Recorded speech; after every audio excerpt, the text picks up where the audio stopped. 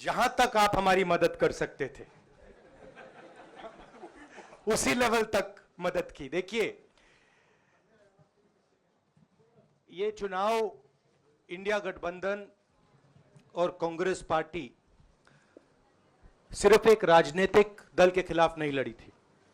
ये चुनाव हम बीजेपी, एक राजनीतिक दल, हिंदुस्तान के इंस्टीट्यूशंस, हिंदुस्तान का जो पूरा गवर्नेंस का स्ट्रक्चर है, इंटेलिजेंस एजेंसीज, सीबीआई, ईडी, ये सब, आधी जुडिशरी, इन सब के खिलाफ हम लड़े थे। क्योंकि इन सब संस्थाओं को, इन सब इंस्टीट्यूशंस को नरेंद्र मोदी जी ने और अमित शाह जी ने कैप्चर करा, धमकाया, डराया। प्रेस की तो मैं बात करता रहता हूं, आपको मतलब काफी बार कहा है कि आपका भी रोल रहना चाहिए, और उस रोल को काफी लोगों ने किया, काफी लोगों ने खुल के किया, काफी लोगों ने छुप के किया, और आपके इमोशंस कहां थे हमें मालूम है। लड़ाई संविधान को बचाने की थी, कॉन्स्टिट्यूशन को बचाने की थी। और मैं आपको सच बताऊं तो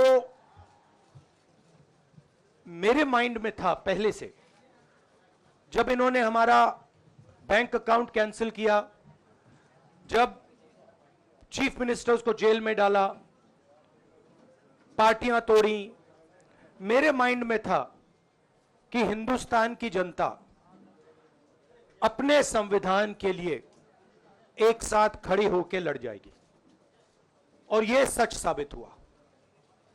मुझ में भरोसा था, और मैं हिंदुस्तान की जनता से, इंडिया गठबंधन के पार्टनर्स से, कांग्रेस पार्टी के हमारे सब नेताओं और बब्बर शेर कार्यकर्ताओं से दिल से धन्यवाद करना चाहता हूं। आपने संविधान को बचाने का पहला और सबसे बड़ा कदम ले लिया है। कांग्रेस पार्टी ने इस चुनाव में, कांग्रेस पार्टी के सब नेताओं ने 2-3 चीजें की। सबसे पहले हमने इंडिया गठबंधन के पार्टनर्स की रिस्पेक्ट की, उनकी जो विशेष थी उनको हमने साथ लिया, और आपने देखा होगा कि जहां भी गठबंधन लड़ा हम एक होकर लड़े। दूसरी बात, कांग्रेस पार्टी ने क्लैरिटी से हिंदुस्तान को एक नया विजन दे दिया है, pro poor vision, pro production vision Hindustan को इंडिया गठबंधन ने साफ दे दिया है। यह जो हमारा परफॉर्मेंस हुआ है, इंडिया गठबंधन का परफॉर्मेंस हुआ है, इसके पीछे कॉन्स्टिट्यूशन, जो रिजर्वेशन पर बीजेपी ने आक्रमण किया, गरीबी, अदानी जी के आपने स्टॉक्स तो देखे होंगे, देखे हैं वो स्टॉक्स उनके, तो बड़ी इंटरेस्टिंग बात है। जनता अदानी जी को मोदी जी से डायरेक्टली कोरिलेट कर रही है। मोदी जी की हार होती है, स्टॉक मार्केट कहता है भैया मोदी जी गए तो अदानी जी गए, मतलब डायरेक्ट रिलेशनशिप है, करप्शन की रिलेशनशिप है। और देश ने नरेंद्र मोदी जी को साफ कह दिया है कि हम आपको नहीं चाहते हैं। And this is the main thing that this election has said.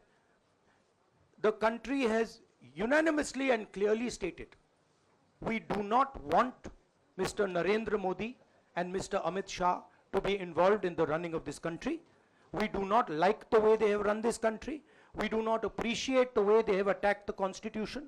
We do not appreciate the way they have run this country for the last 10 years. So that is a huge message to Mr. Narendra Modi.